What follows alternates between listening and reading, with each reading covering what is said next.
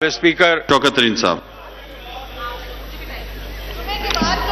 PTI हुकूमत जब आई तो जिन मसाइल का उनको सामना था, सबसे बड़ा मसला तो करंट अकाउंट डेफिसिट का था, जो $20 बिलियन था, और उसके साथ साथ शॉर्ट टर्म लोन्स थे कोई 8 से 10 बिलियन डॉलर के, तो तकरीबन $28 बिलियन का एक गैप था।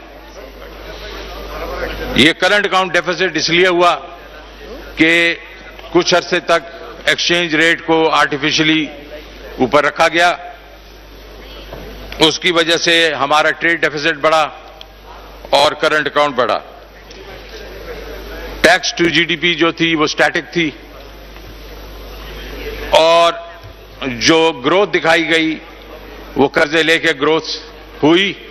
इसलिए जो कर्जे 2008 में 6 ट्रिलियन रुपए थे, वो 2018 में 30 ट्रिलियन रुपए पे चले गए। जनाब स्पीकर, पीटीआई के पास अब इस वक्त कोई और चारा नहीं था सिवाय कि वो आईएमएफ के पास जाएं। इस मर्तबा जियोपॉलिटिकल सिचुएशन को देखते हुए आईएमएफ ने हमारे साथ सख्त कंडीशंस रखी और फ्रंट लोड कर दी कि हम पैसे ही नहीं देंगे जब तक आप ये कंडीशंस पूरी नहीं करेंगे। उसमें क्या थी? 2-4 कंडीशन जो मैं आपको समझा सकूं। पहले यह है कि हमारा डिस्काउंट रेट जो है उन्होंने 13.25% कर दिया।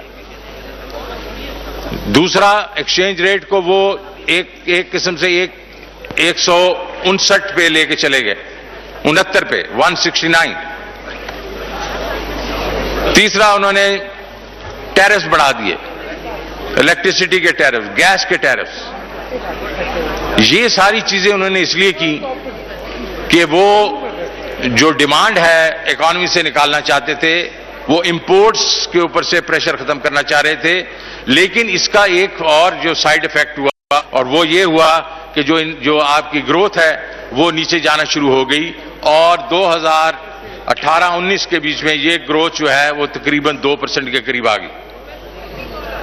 लेकिन इमरान खान ने बड़ी दिलेरी से ये फैसले किए, जो सख्त फैसले थे। जो भी अवाम के ऊपर बोझ पड़ता है तो वो पॉलिटिकल पार्टी के लिए एक सख्त फैसला होता है, लेकिन खान साहब ने वो फैसले किए, और सोने पे सुहागा के कोविड भी आ गया। कोविड की पहली लहर भी आई, दूसरी लहर भी आई, और इस साल के शुरू में तो तीसरी लहर भी आ गई। लेकिन इन सारी मुश्किलात के बावजूद उन्होंने कुछ बोल्ड फैसले किए। एक, उन्होंने फैसला किया कि हमने हाउसिंग जो है और कंस्ट्रक्शन की जो इंडस्ट्री है उसको बढ़ावा देना है। सर, आपको मालूम होगा कि ये बहुत बड़ा स्टेप था। इसमें फोरक्लोजर लॉ भी ठीक करना था, इसके बीच में जो हमारे बॉर्डर्स थे उनके लिए जो मार्कअप रेट्स हैं उनको भी रिड्यूस करना था, और मराहत और लेनी थी जो आईएमएफ से ली गई, और हाउसिंग सेक्टर ने कंट्रीब्यूट किया। एक्सपोर्ट्स को बढ़ावा दिया गया, इंसेंटिव दिए गए, और एग्रीकल्चर को बढ़ावा दिया गया। उसकी वजह से 4 क्रॉप्स में बम्पर प्रोडक्शन हुई। तो इस सारी जब ये एक किस्म से आप एक पूरा देखें तो इससे आहिस्ता आहिस्ता, डिस्पाइट कोविड के दौर में पूरी दुनिया में नेगेटिव ग्रोथ हुई, हमारी भी नेगेटिव ग्रोथ हुई 0.5%। लेकिन इस साल जब 2021 का जब बजट बन रहा था तो हुकूमत पाकिस्तान ने कहा हमारी 2.1% ग्रोथ होगी।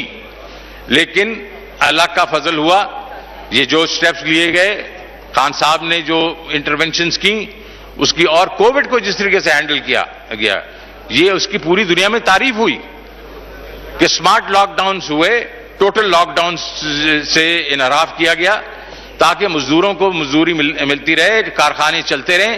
उसकी वजह से हमारी इस दफा ग्रोथ जो है वो तकरीबन 4% पे पहुंच गई है, और ये हमने 2% कहा था आईएमएफ ने 1.3% कहा था, वर्ल्ड बैंक ने 2% कहा था, तो हमने उससे डबल करके दिखा दी।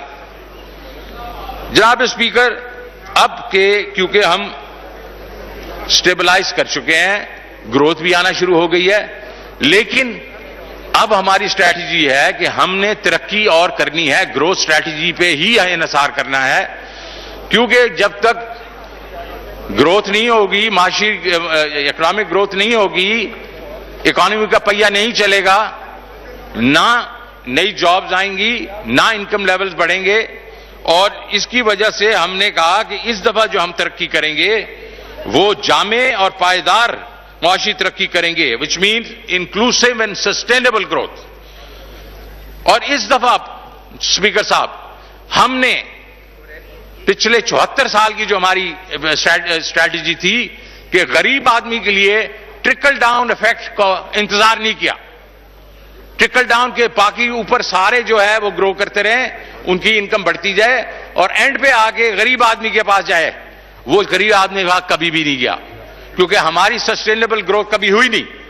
तो इस दफा हमने उसका इंतजार नहीं किया। तो ये अब जब ग्रोथ स्ट्रैटेजी हम ली, तो हमने सबसे पहले कहा कि हम गरीब का ख्याल रखेंगे। और गरीब के लिए हमने क्या कहा, हमने 40 से 60 लाख घरानों के लिए स्ट्रैटेजी बनाई और हमने कहा कि उनके लिए उनको हम घर देंगे, सस्ते घर का बना के देंगे, अफोर्डेबल। जो जराई घराने हैं उनको 3 लाख रुपया फसल के मद में हम पैसे देंगे, बिला सूद कर्जा देंगे, बिला सूद। और 2 लाख उनको इंप्लीमेंट्स के लिए देंगे ताकि वो ट्रैक्टर लीज कर सकें, थ्रैशर लीज कर सकें, लेवलर लीज कर सकें। तो ये एक बहुत रेवोल्यूशनरी चीज है कि आप एक घराने को 1.5 लाख रुपया फसल का दे रहे हैं, 2 फसलों का 3 लाख रुपया दे रहे हैं। दूसरा, जो अर्बन एरियाज हैं उनके इन गरीब घरानों को, एक फर्द को 5 लाख का बिला सूद कर्जा दिया जाएगा कारोबार के लिए। ये जो है अगेन कभी जिंदगी में नहीं हुआ, कभी किसी ने नहीं किया। तो घर का तो मैंने बात कर ली, तो घर, उसके बाद बिजनेस के लिए लोन्स या उसके जरिए पैदावार के लिए लोन्स। चौथा, सेहत कार्ड दिया जाएगा कंपलसरी तौर पे, ताकि उनके लोग जो है सेहत से जो उनको वो नुकसानात पहुंचते हैं वो ना पहुंचे।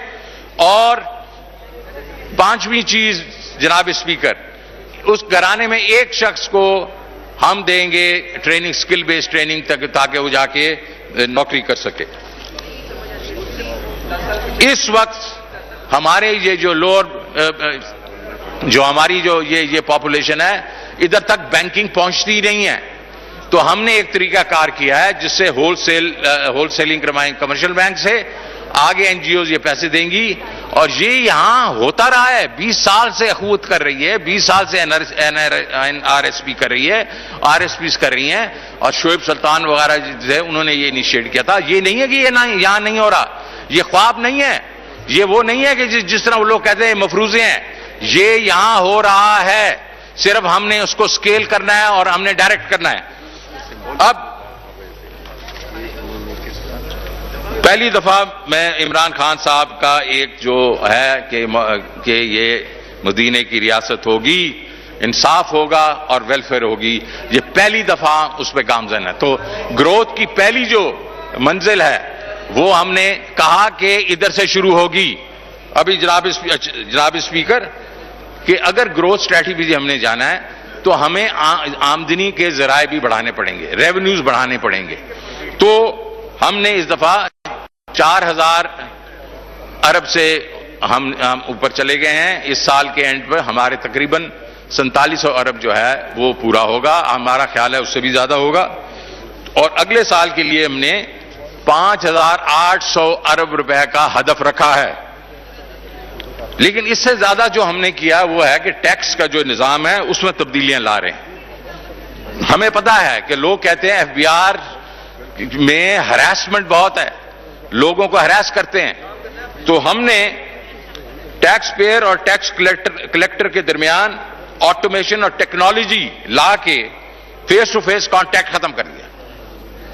अब यूनिवर्सल सेल्फ असेसमेंट होगी और उसके बाद अगर उसमें कोई कोताही हुई तो थर्ड पार्टी ऑडिट होगा, और थर्ड पार्टी ऑडिट भी 4 से 5% का होगा। अगर 100 फाइलें गई हैं उनके पास ऑडिट के लिए तो 5 फाइलों का उसका ऑडिट होगा। तो इसका मतलब यहां भी हमने एक किस्म से डिस्क्रेशन एफबीआर की खत्म कर दी है।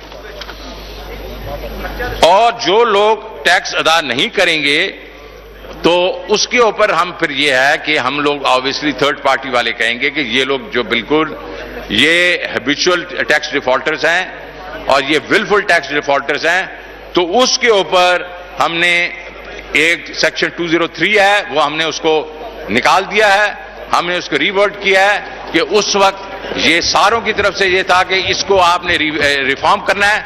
सिर्फ एक कमेटी 3 लोगों की होगी जब वो टैक्स ऑडिट फर्म्स हमें कहेंगी कि ये हैबिचुअल टैक्स डिफॉल्टर्स हैं और ज्यादातर वो होंगे जो इस वक्त टैक्स नेट में नहीं है, तो उसके ऊपर हम उनको अरेस्ट भी कर सकेंगे आफ्टर ड्यू प्रोसेस। ऐसे नहीं होगा कि बिल्कुल आप उठा लेंगे। मेरे ख्याल में ये गलत फहमी थी जो हमने उसमें से निकाल दी है। जनाब स्पीकर, अब पिछले मैंने जो कहा था कि जो बजट पेश किया था उसमें मैंने ये भी कहा था कि विदहोल्डिंग टैक्स हमारा तरीकाकार बन गया है। हम टैक्स कलेक्ट करते हैं, ये एक रिग्रेसिव तरीका है, हम उसको खत्म कर रहे हैं। इस बजट में भी हम 12 विदहोल्डिंग टैक्स विड्रॉ कर रहे हैं। अब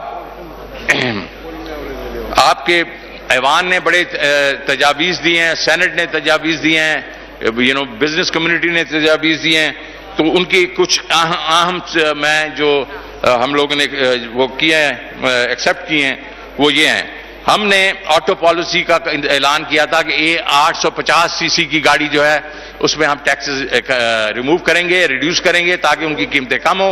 हमने 800 सीसी को 1000 सीसी तक कर दिया है, तो ये दोनों उधर तक होगी। यहां बड़ी बात हुई कि मेडिकल बिल्स के ऊपर टैक्स जो है वो लगा है, हमने वापस ले लिया। सरकारी मुलाजिम की प्रोविडेंट फंड पे आमदनी पे टैक्स हमने वापस ले लिया। दूध और दीगर मसनूआत पर जो 10 से 17% टैक्स बढ़ा था हमने उसको वापस ले लिया। रीट सर्टिफिकेट्स के ऊपर टैक्स को बढ़ा के हमने 25% कर दिया था, और ये रीट बहुत प्रोग्रेसिव तरीका है। ये रियल एस्टेट इन्वेस्टमेंट ट्रस्ट की है, ये अभी एक ही बनी है डॉल्मन, बाकी अब बहुत बन रही हैं, और ये बड़ा अच्छा एक तरीका है कि कैपिटल मार्केट्स को बढ़ाया जाए। तो इसको 25% जो था उसको हमने कम करके उन्हीं की रिकमेंडेशन पे 15% कर दिया। अब एक और आया था कि ये हमारे जो आईटी प्लेटफॉर्म्स हैं जो कि ई कॉमर्स के हैं, उधर हम लोगों ने टैक्स लगा दिए थे, तो वो हमने रजिस्टर्ड के ऊपर तो बिल्कुल 0 कर दिया है, और जो अनरजिस्टर्ड के साथ वो करेंगे उसमें सिर्फ 2% कर दिया, तो जिसमें वो काफी खुश हैं। कंस्ट्रक्शन पैकेज के तहत इनकम टैक्स की शरह जो हमने 35% कर दी थी उसके जो इनकम टैक्स पे, वो हमने उसको 20% कर दिया।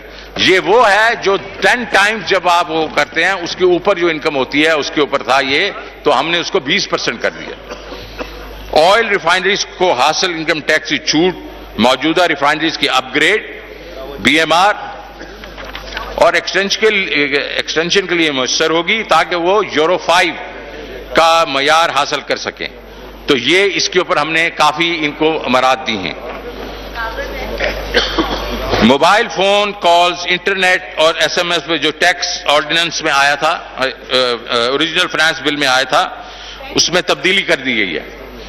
इंटरनेट पे कोई टैक्स नहीं होगा, एसएमएस पे कोई टैक्स नहीं होगा। मोबाइल फोन पे सिर्फ 5 मिनट से ज्यादा अगर कॉल आप कर रहे हैं तो वहां हम 75 पैसे हम लेंगे, और बस इसके अलावा हम कोई टैक्स नहीं लेंगे। नाबीना अफराद के इस्तेमाल के लिए खसूसी मोबाइल फोन पर कोई टैक्स नहीं होगा। दूध पे लागू खत्म कर दिया गया। सोने और चांदी पे आयत 17% टैक्स को कम करके 1 और 3% किया जा रहा है, जबकि वैल्यू एडिशन जब उसका जेवर बनेगा तो उसमें जो वैल्यू एडिशन होगी वो गरीबों की नहीं होती, वो अमीर लोग करते हैं, उस पर 17% टैक्स रहेगा। पोल्ट्री और कैटल फीड की अज्जा पे टैक्स जो 17% था उसको वापस हम लेके 10% पे ला रहे हैं, ताकि ये उनका बहुत बड़ा एक थी डिमांड थी। दरामदशुदा अंडे और हैचिंग के लिए अंडे पर टैक्स को एग्जम्प्ट कर दिया गया। टेक्सटाइल एशिया पर पीओएस जो रिटेलर्स थे उन पे 12% टैक्स लगता था, उन्होंने कहा इसको कम किया जाए, बिकॉज आपको ये सारा का सारा पैसे मिल जाते हैं, तो हमने उसको 12% से 10% कर दिया। आटे और उसकी अशिया से मुतल्लिक टैक्स के नफा से मुतल्लिक अवाम पैदा हुआ था। हमने प्रेस रिलीज में इसके जरिए इसको दूर किया है, लेकिन दोबारा वाज़ेह तौर पे बयान करना चाहता हूं कि आटे और इसकी अशिया पर कोई टैक्स नहीं लगाया गया।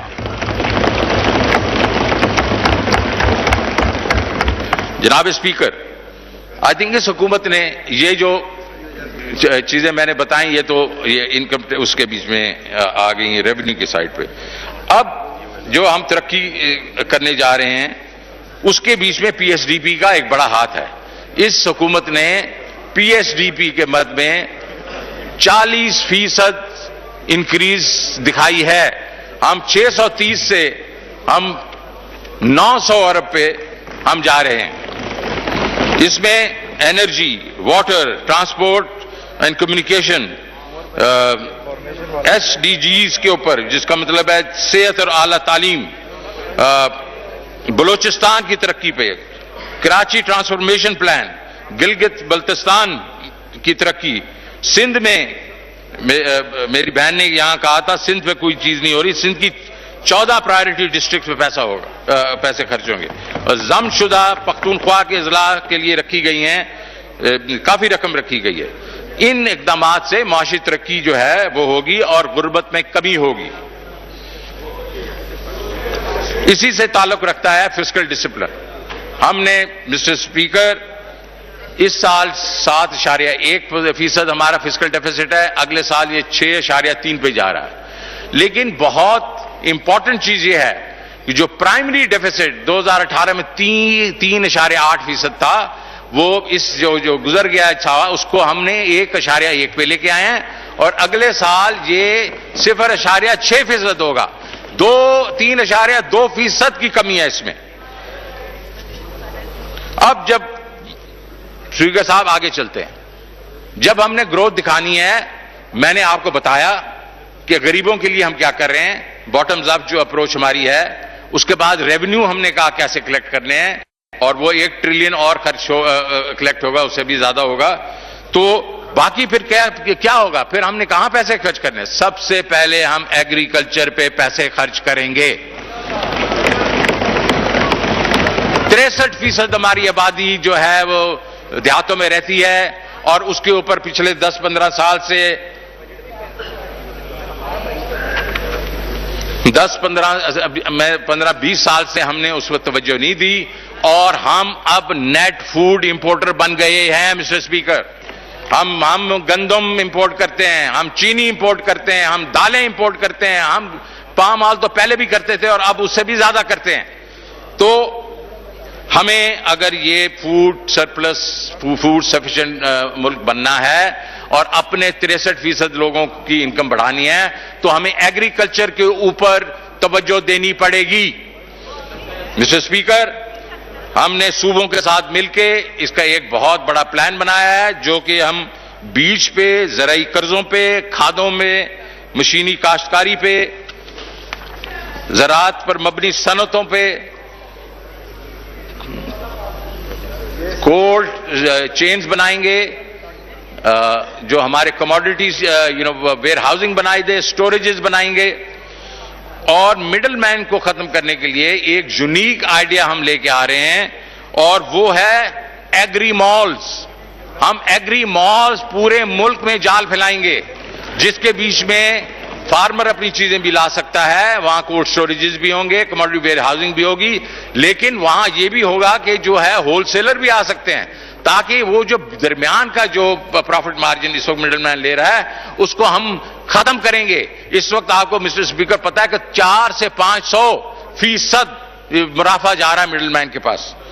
तो हम इसको इनकी लेकिन इस वक्त जो मैंने बजट पेश किया था भी मैं आपको बताना चाहता हूं कि अब 25 अरब रुपया एडिशनैलिटी दे दी गई है एग्रीकल्चर को। अब दूसरी बड़ी चीज कौन सी हमारी जो जिसमें हम एम्प्लॉयमेंट देते हैं वो है इंडस्ट्री। तो जनाब स्पीकर, हमने पिछली दफा भी सनत को फरोग देने के लिए उनके रॉ मटेरियल पे ड्यूटीज कम की थी। इस साल मिस्टर स्पीकर हम 45 अरब रुपए की मराद दे रहे हैं इंडस्ट्री को, 45 अरब रुपए की मराद दे रहे हैं। और आपको पता है कि ये इंडस्ट्री जो है, ये जब इसका पहिया चलता है तो नौकरियां मिलती हैं, इनकम बढ़ती है। लेकिन इस दफा एक चीज और हम कर रहे हैं। अच्छा, इसमें यह भी है कि जब आपको लोकल इंडस्ट्री को कंपेटिटिव करेंगे तो बाहर से इंपोर्ट भी कम हो जाएंगी, बिकॉज बाहर से इंडस्ट्री जो लोग प्रोडक्ट भेजते हैं, क्योंकि आपके पास अपनी इंडस्ट्री कंपेटिटिव नहीं होती तो वो सस्ती होती हैं। तो हम इसको कंपेटिटिव करने की कोशिश कर रहे हैं। अब बात आई, एक चीज सब इग्नोर करते रहते थे और वो है एसएमई सेक्टर। एसएमई को हमने इस दफा बढ़ावा दिया है। हमारा एसएमई का जो पैकेज है उसके बीच में फिक्स टैक्स स्कीम है, आसान टैक्स रिटर्न्स हैं और इनकी एक्सपोर्ट पर रियायती टैक्स लागू हो गया है। तो हम एसएमई को इस दफा बढ़ावा देने की कोशिश कर रहे हैं। लेकिन इससे बड़ा प्रोजेक्ट जो आपका इसका हम एक मराद दे रहे हैं वो ये है कि एसएमई का कोई लोन ही नहीं देता था। बैंक्स जो हैं सिर्फ 1,80,000 एसएमईज को लोन देते हैं, बड़े सारे बैंक्स मिला के। हमने इस दफा कहा है कि नहीं, ऐसे क्यों? क्योंकि ना उनका क्लैटर होता है, उनके पास कोई ऐसी वो और चीज होती नहीं है और बैंक इस चीज पे बड़ा सख्ती करते हैं। तो मिनिस्ट्री ऑफ इंडस्ट्री ने स्टेट बैंक और फाइनेंस मिनिस्ट्री के साथ मिलकर एक पैकेज दिया है जो कि 100 अरब रुपए जो है इनको लोन दिए जाएंगे, जो कि क्लीन लोन्स होंगे, कोई कलेक्टर नहीं होगा और सस्ते होंगे, 9% पे होंगे। तो ये एक सी चेंज है।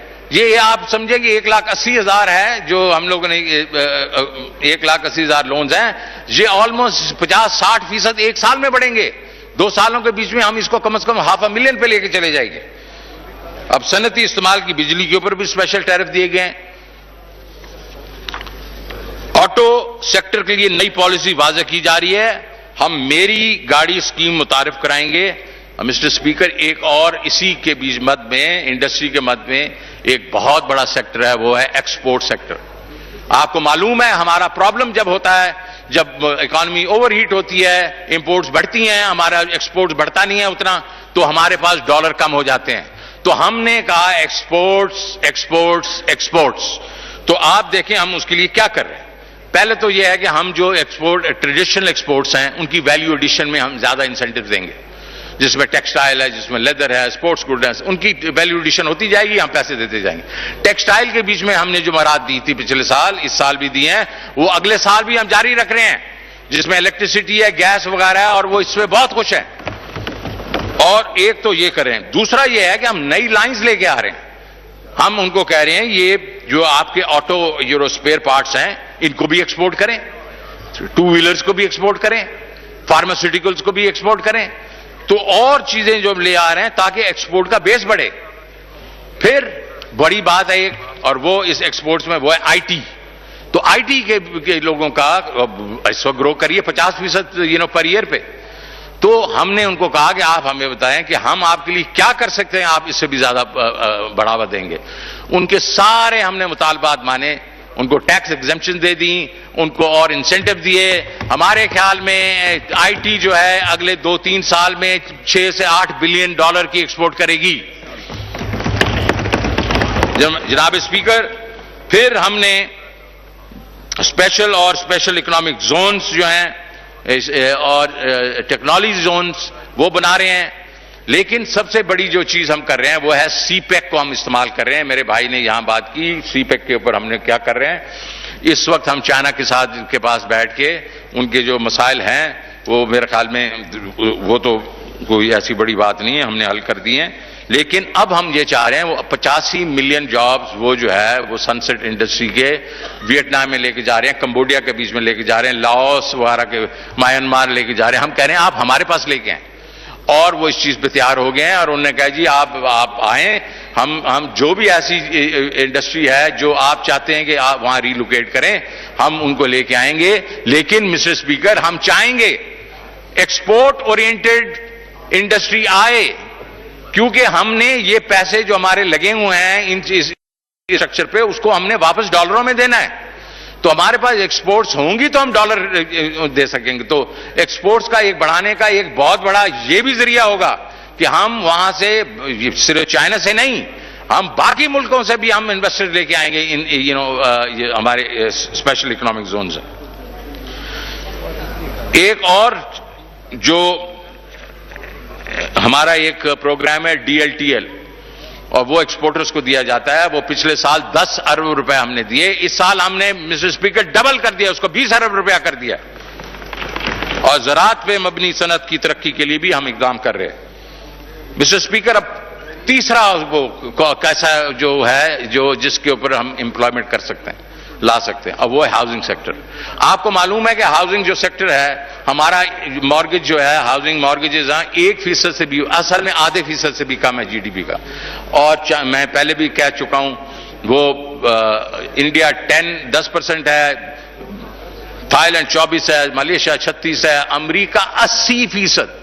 उनकी GDP का 80% जो है मॉर्गेज इतना बड़ा है, हम तो आधा % हैं। और क्यों नहीं हो रहा था ये? इसलिए नहीं हो रहा था कि फोरक्लोजर लॉ ही नहीं बनता था, और सारी हुकूमत ने ट्राई किया। लेकिन इस प्राइम मिनिस्टर ने, जिसकी टेनेसिटी जो है वो वेल नोन है, मुझे याद है सिडनी का वो टेस्ट जो हम जीते थे, इसने हर इनिंग्स में 6-6 विकेटें ली थी, और इसके जो आस्तीनें फट गई थी, 40-40 ओवर इसने एक दिन में कराया था। टेनेसिटी इसके ऊपर खत्म है। इसने कहा नहीं, हम पीछे नहीं हटेंगे, और हम गए, कोर्ट्स में गए, वो हम जीते, और फोरक्लोजर लॉ को लगाया। उसकी वजह से अब हर शहरी जो है वो जाके बैंकों से हाउसिंग लोन ले सकता है। मिस्टर स्पीकर, ये जो होता है, ये सेक्टर है, ये 40 इंडस्ट्रीज को खड़ा कर देता है, और इससे जो है एम्प्लॉयमेंट भी काफी लगती है, मजदूर वगैरह सारा कुछ। कंस्ट्रक्शन पैकेज जो दिया गया उससे ग्रोथ हुई, और इस दफा आपने देखा कि हमारी जो ये 4% ग्रोथ है उसमें इसका बड़ा हिस्सा है।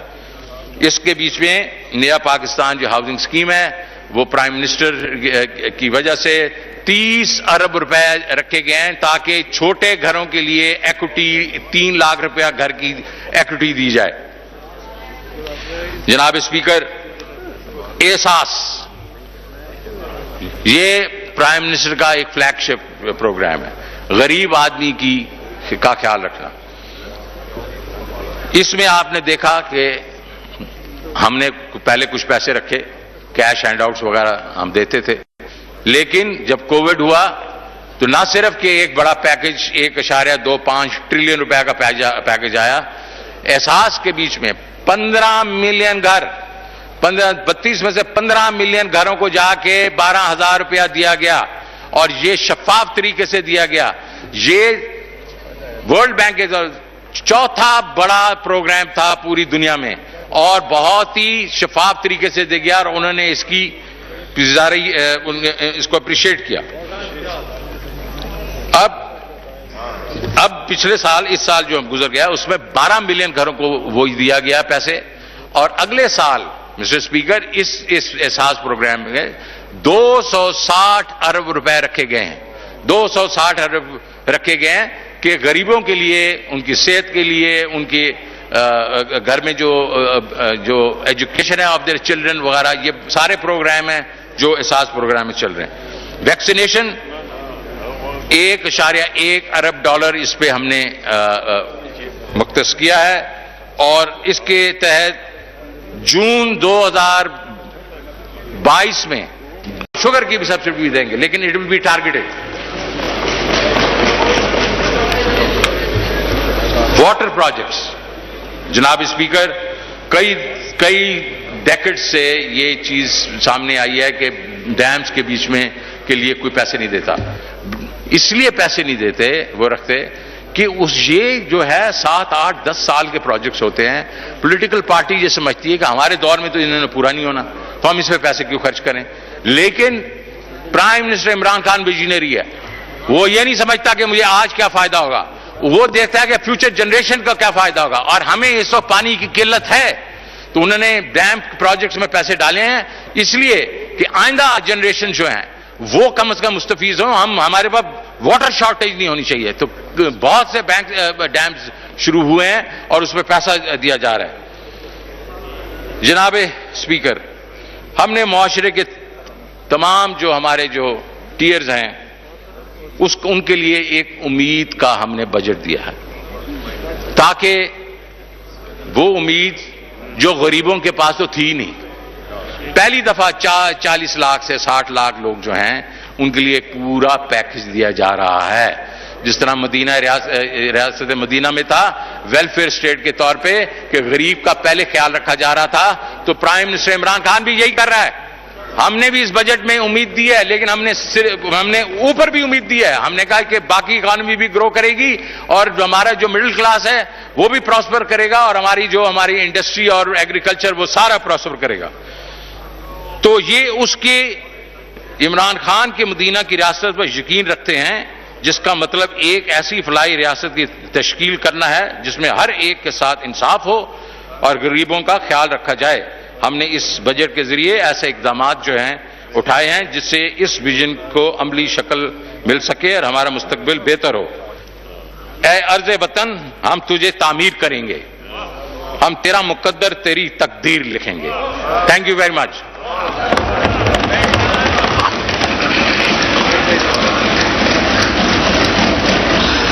ईवान की कार्रवाई नमाज जुम्मा के लिए 2:30 तक मुलतवी की जाती है।